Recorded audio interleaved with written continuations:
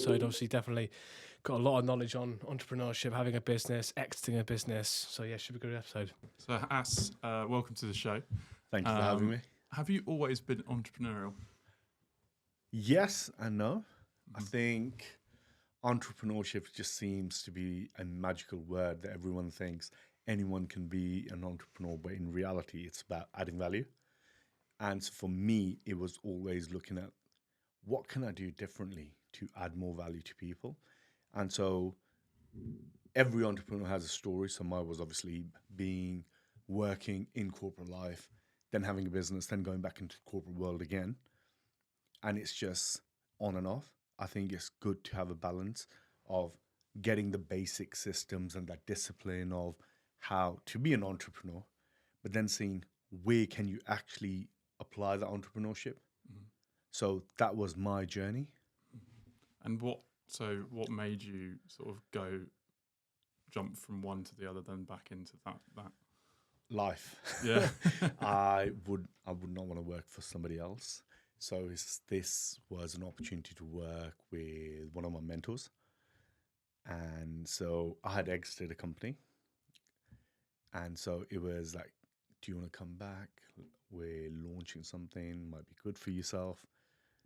And I was in this transitionary mindset, and a lot of things were happening in my personal life, and my sister had passed, and I was like, yeah, let's go back. So that's what I did. So he was gracious enough to say, come work with me. And it's a very entrepreneurial role that I have currently. So I have a lot of flexibility, a lot of freedom to do whatever the hell I want within the bounds, obviously, with the organization. So that's me. So just for the audience, so what do you currently do now? So I'm a structure consultant. So work for a 125-year-old company. So we is stock listed. It's listed on the London Stock Exchange. So I work with them within the strategy and business development side of things. Cool. That's what I do. Nice. And was your sort of previous experience or your other businesses, was that in the same sort of industry, or was it sort of, what was that? Well, my previous business, it was in real estate. Yeah. So it was, do you know how, because obviously There was housing. Yeah. So it was just housing people who needed housing from the local authority. That was the previous business. Oh, nice. And so let's go back a bit. So you say that you were always sort of entrepreneurial, and that word entrepreneurship is sort of bounded around. Did that come through your family? Have you had entrepreneurship in your family? Well, my father was he was an entrepreneur, so he had a corporate job. He was quite high up in the government in Pakistan, but he also had a side hustle, which is real estate and other business interests, agriculture, etc. So I've seen that growing up. So that was kind of led me to becoming an entrepreneur. But I think my primary driver was freedom. I hate being told what to do. So I was like, okay, cool. So what do you do next? Become an entrepreneur. But then you don't realize, oh, fuck, this isn't freedom. This is actually, I've got to show up every single day if I don't like it. Fuck. So, yeah, that was a double-edged sword. I wish somebody had told how hard it is to launch something, grow it, and then exit is tough. It's an emotional roller coaster. I think many people just are enamored by the fact they see people on TikTok or YouTube or bloody Instagram, the flexing of the Dubai cars and stuff, and they think that's going to be their life. In reality, Jack, you guys are entrepreneurs. What is the reality? Yeah. Graft. Yeah. Literally It's graft. eating shit 23 hours a day and thinking, oh, shit, why am I doing this? But then you do it again anyway because it's something that you're passionate about. So when it came to your exit, because this is a good question because I think especially in entrepreneurship now, we're not satisfied by being satisfied. Like we're not satisfied with where you're at. You're all about next. And I know for me, I feel like if I'm not specifically really pushing myself in when it comes to everything in the business, I don't feel satisfied very well. Like I feel like I'm like missing something. So what was it like for you?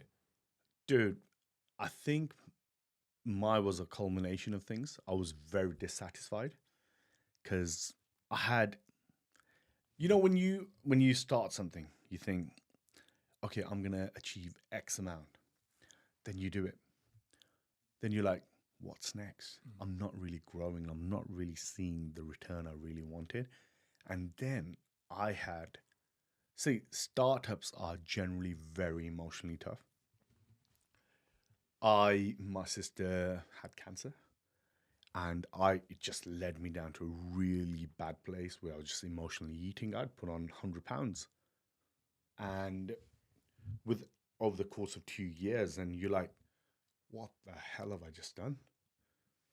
So, in the worldly terms, I have success, but I feel very unfulfilled. And that's when I spoke to my mentor, and he was like, you know what true wealth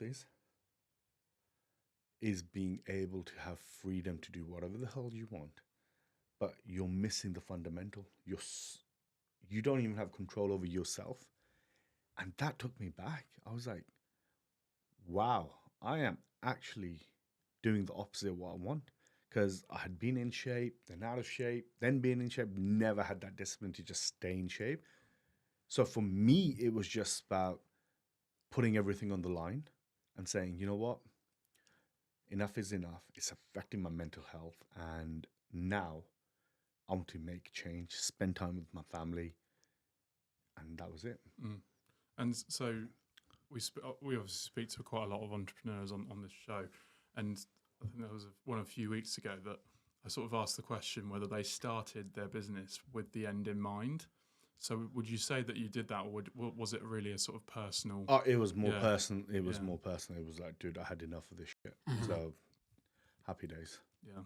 Okay. I can see what you mean, because it is people do definitely have a misconception when it comes to business, owning a business and being an entrepreneur, because it is like they say, obviously it's business, not personal, but it's very difficult not to, because you're spending all of your time, and even when you're not at work, you're thinking about it, and it's constantly want to improve in yourself, and it is a very personal thing. Dude, honestly, I don't think people realize how hard business is. It's the most competitive sport that you'll do. You play rugby here, you do BJJ, MMA. It compares to, there's so many parallels to sports that it's 24/7. But at least you have rounds or half time, etc. You have some resting time. But in business, it's 24/7. And if your heart's not in it, and it's grueling, like you said, you take home a lot of the shit, and you're out there thinking, I could have done this better. I could have, and it's that anxiety for a very long time you have to get comfortable with. And I think you just know when it's not the time. Mm-hmm. So, going back to your question, did you start with the end in mind? No, I don't think anyone does, but it's advisable. If I was to do it again, I'd probably start with the end in mind, because it's the excitement, isn't it? What can this grow up to? And I think greed takes over at a certain point. It's human nature to say, oh, can I get more, more, more? Yeah. But in reality, do you really want that level of stress? So you've got to be very careful what you wish for. We had another guest on before, and they said that to us. Be careful what you wish for when it comes to, like, people want like a. I know we had different chats, and it's like we want loads of different locations. We want to be managing loads of those people. You think in the grand scheme of things that sounds fantastic, but the amount of stress it would be, and it is, and even managing one people, even just liaising with clients and managing yourselves, yeah, it's just it's difficult. And then you've got a responsibility towards others, your customers, and the people. Now, if you, as a business owner, can't provide enough value for those handful of customers, then what's the point? If you're just going to do a mediocre scale job, anyone can do that with enough brain and enough. You don't have to be a rocket scientist. You can just figure this shit out as you go, right? But the problem is, if you want to be remarkable, that's the difference. And does it take you 1 million customers? It depends the game you want to play and what kind of scale you want to play at. And so it's a, how would I word it? You never know, but you know what game you want to play. Like, would I want to be like Elon Musk? No. That was it does seem so much stress to you. Dude, I don't want to be answerable to nobody. He's got shareholders. It's like, no. What are you doing for? That constant level of stress. I don't want that. I want to be able to have enough freedom where I'm rolling, where my health is on point. If I want to travel, I can take my family out. I don't want that scrutiny of, oh, what's happening here? Why haven't you showed up? But some people can do that. I just don't think I want to. Yeah. You touched on it a little bit earlier on, but you mentioned your mentor. Yeah. How important has that been in your sort of entrepreneurial journey? Man, it has been amazing. I think it's critical to see people. But I want to preface that with the right mentor. Mm-hmm. See, you can have mentors, but they may not be aligned. You want to choose somebody who has walked the path that you want to, achieved what you want to achieve, and has done, but also has a semblance of the life that you want. Mm-hmm. Like you could be mentored by like the likes of Elon Musk, but what if you don't want Elon Musk's lifestyle or his business acumen? It's kind of pointless, isn't it? Yeah. So you've got to find the right people who you gel with and mimic their behaviors and learn from their experience. Because a good person will tell you, man, this is where I fucked up. This is where the blind spots are. Yeah. Prevent it. But it's human nature. We Yeah. all want to test it out before we agree. And it's not always just a business mentor, is it? It's an actual life mentor as well. 1,000,000%. And you need to find the right person that can give those sort of honest feedback that you need. Well, I have mentors in different aspects of my life: faith, family, fitness, and my business world. I have different mentors. I'm not going to seek relationship or familial advice from somebody who's been divorced 3-4 times. Is that something they're not doing right? They may be very successful in their business life, on their fitness, but if I want to become the best in my family life, I want to ask somebody who's doing really well in that part of in that perspective, right? In that game. So it's not a one size fits all. You've got to find the real people. And nowadays, it's very easy. People think, oh, I need to have that face-to-face interaction. Like somebody might DM you who go, Jack, say, could you mentor me? But they can also go through your Instagram. You don't have to have that one-to-one connection, but you can also use books. You can also use YouTube. There's so many ways that you can be mentored, but it's that we don't have an information issue. We have an application issue. It's like, okay, cool. Books, I think, are fantastic for having mentors. Like you read a few of the business leaders' books and you understand, oh, this is what I don't want to do in my business, or this is what I don't want in my life. And then you just remove that aspect of your life and improve.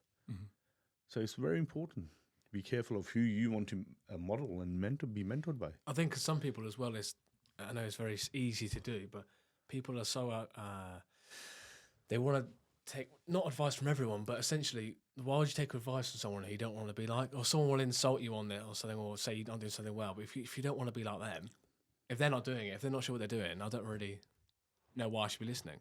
Well, that's a sensible way of looking at it, right? But you'd be surprised how many people don't do that. This is why so many people would just be like, why am I doing this? Or this doesn't make sense. Sometimes you can listen to the person and then take initiative yourself. Well, let me just pick and mix some of the advice, because they may not have the perspective that you have. Sometimes you just got to take the risk yourself and go through the anguish or figuring it out. But you have to just go through that. No one's going to give you permission to do what you want to do. You just got to do it and just throw yourself in the mix and just figure it out. And how did you find your mentors? It was just being... That's a very good handle. I think being very transparent with them, that this is where I'm struggling with. Like, I would like to be like you. I really admire your work. And you've got to add value to them. I'm a firm believer in any relationship. You've got to give more than you take. And the giving, you should give without expectation. Hey, can I do this for you? So, for example, you guys are busy. You haven't got time to take people out for coffee or be taken out for coffee, right? But if somebody was to just shoot, a photographer was to shoot, oh, can I just pick your mind? You guys are busy. So you gotta be sensible about it. What can they do? What can you do for them? And then maybe they will see, you know what, if they give you advice and you implement it and they see that you are hungry, good people will show up in your life. But it's the taking the action first approach, I think. And then just being very transparent. This is what you're struggling with. This is what you want to do. But just be very careful who you want to model and mentor. When it comes to starting a business and entrepreneurship and things like that, through what you've already learned so far, if someone did come up to you and said about, oh, they're very hungry on something, what advice would you give to them on what to look out for and avoid? Do your due diligence. Number one, due diligence. Don't go into a market which is just rampant. Look at the basics, the fundamentals, supply and demand. What are the fundamentals like? Okay, is there an avenue where you can exploit? And I mean exploit in the sense that you can truly own. What is your marketing like? Do you even want to be in that business? Because if you want to go into something that you can be spoken about 3 decades from now, I wouldn't want to go into a business now and just be, I'll do it for 3 years, then something Bitcoin might go up, I might be a Bitcoin trader. You want to stick with something and master it, because that's ultimately the game you want to play. So if you may be hungry about trading, but what if you truly don't have a passion for that? But the other person may have a passion for gaming, and they can just do that day in, day out. Who's going to be more successful? The person that sticks at it, yeah. Yeah. So it's a game of who taps out first. Do you think that there tends to be a lot of sort of entrepreneurial people and business mindset people that perhaps have that fluttering mindset as well, and tend to not focus on that one thing, and maybe have a few different ideas that are in their head that they want, we could do a bit of this, do a bit of that. How do you think they end up in the end? Dude, some of the most successful people I've seen and witnessed and spoken to in my line of work, and they are the masters of their craft. They have made it their own personal business of mastering what they want to master, whether that be e-com, whether that be trading, whether it be M&A. They are masters in that craft. I have never met somebody who's just been really successful at multiple things. Dude, those guys are anomalies. Yeah. Well, people love to throw Elon's name. I'm throwing Elon's name. People a few times, yeah. Yeah. If you guys don't know, like, people reference him.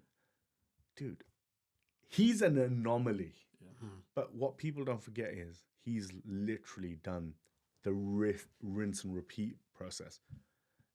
Test an idea, minimal viable product, and scale it. And he's done that for all his businesses. But what they forget is he started with one idea first. He didn't just launch 5 bloody public companies. So people need to see what somebody's history is. He can go now, without a shadow of a doubt, because he's so successful and he's got that credibility. It doesn't take much for him to raise 15, 20 billion because of his track record. And he can put skin in the game. Okay, I'm going to make success because he's done that with 5 other bloody companies. Yeah.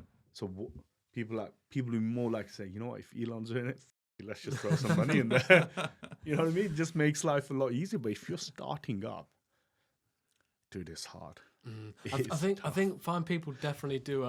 They think of, when they think of entrepreneurship and owning a business and things and self-improvement, they think of like the biggest, straight away of like Elon Musk and these like huge people, and just think about they want to go from starting a business, a year later they're there. When it's Yeah, it's like anything. Guilty. Which dumbass would do that? This guy. Like it's easy too, because if you don't know, like now we know, so we know that when someone says it to us, a lot of people I chat to, they want to start something, and they haven't done it yet just because they're overthinking stuff. And my head on thinking, oh, like definitely one of the best times to start is now, but it's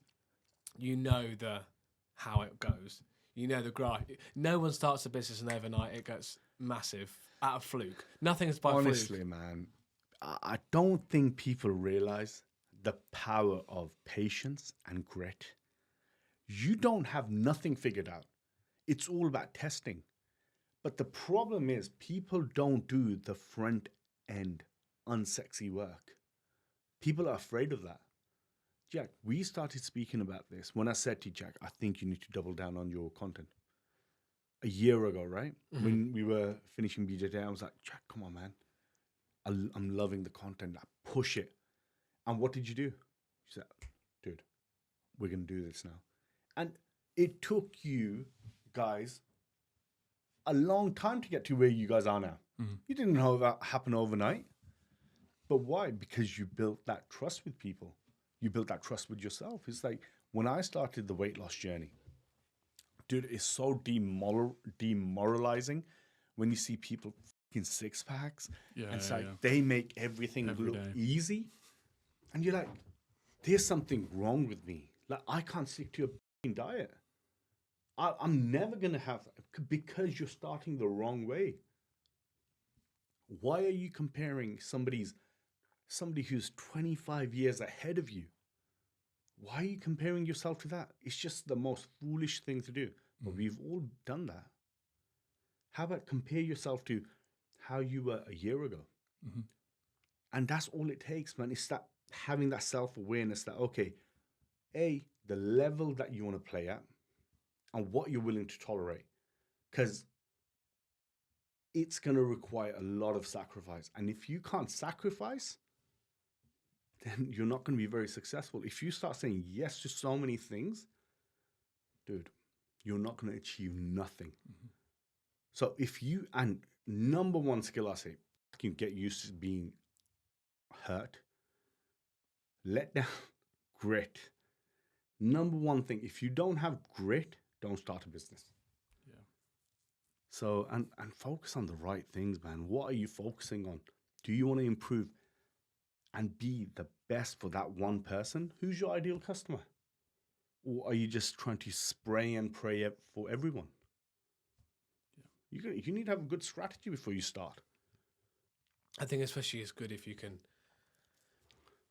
I always find it strange how when it comes to entrepreneurship and owning a business and things like that, they don't really. I find you've learned that on the job, or by, for example, finding a mentor and talking about it, where it's not at school, not in educational wise.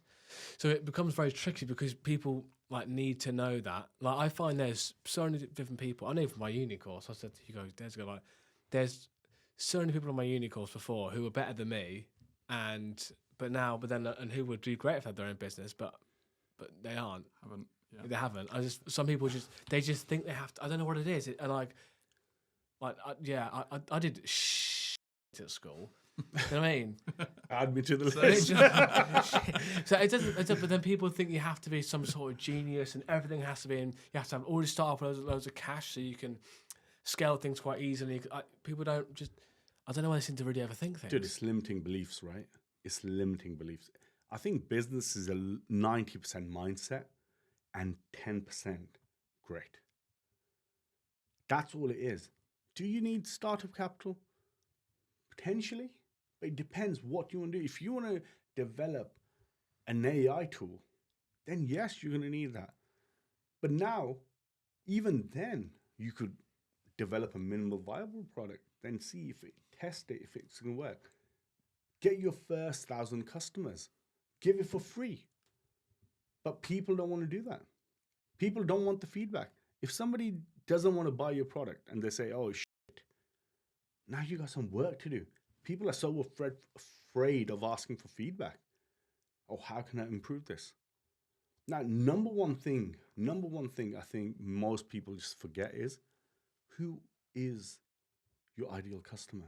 Because if your product is marketed as for everyone, dude, no one wants to be bombarded. Are you interested in blood pressure tablets? Weight loss tablets? But I bet you've probably seen ads for, oh, lose weight, this, that. It's like, you're not interested. You guys are in shape. Why would you be interested in that?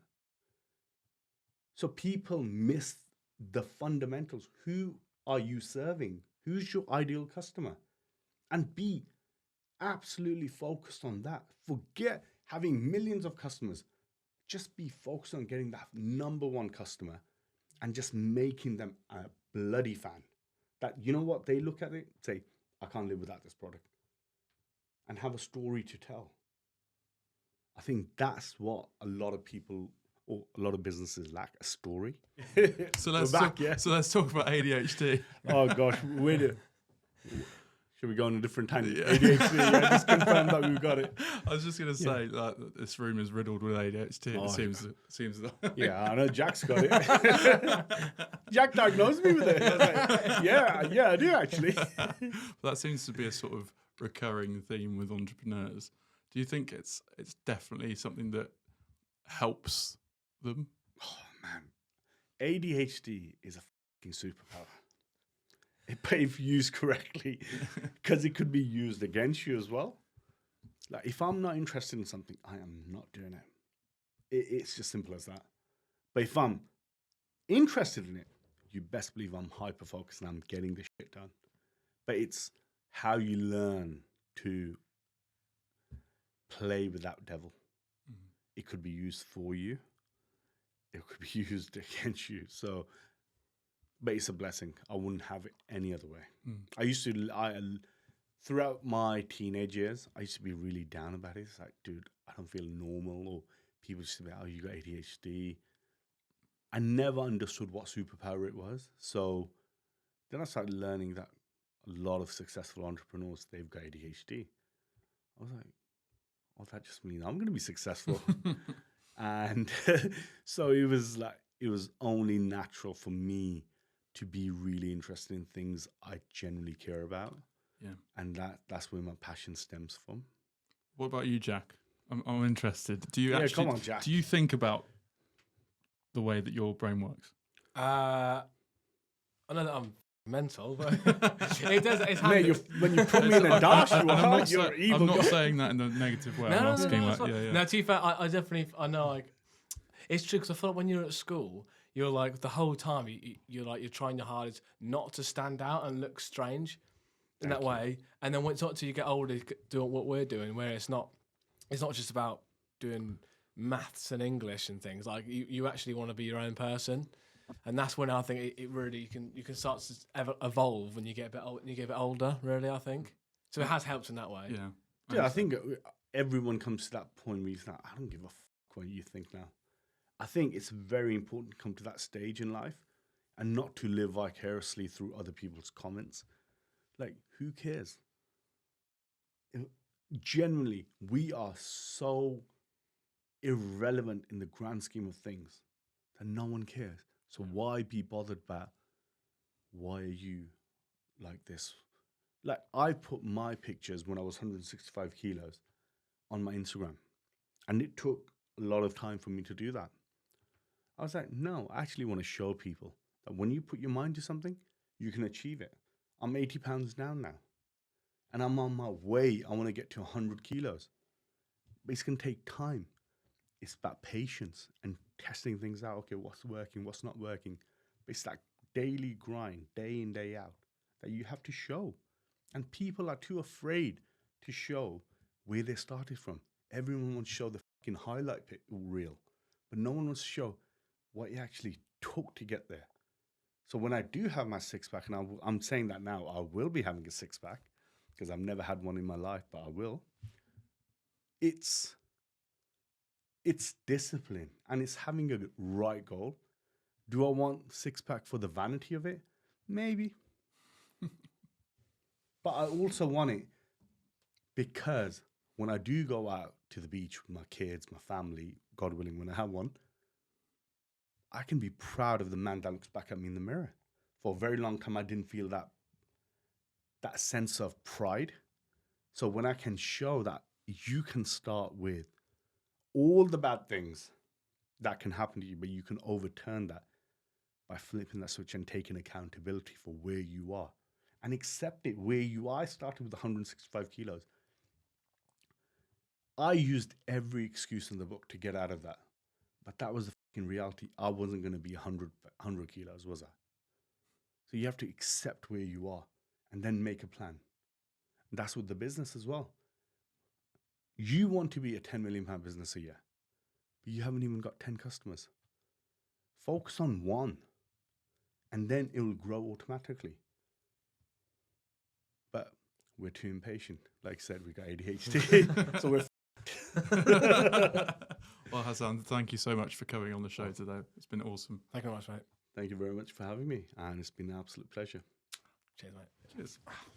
Yeah, definitely. So it was very refreshing chatting to him because obviously he gives that honest opinion, and it is very interesting how we are all in the same boat in the same way. Like now us all being in business, we know the crack and we know the score of the graph you've got to put into it, and we all kind of probably had the same thought process going in and being like, oh, cool, can't wait to get our first mil in the first week, and then.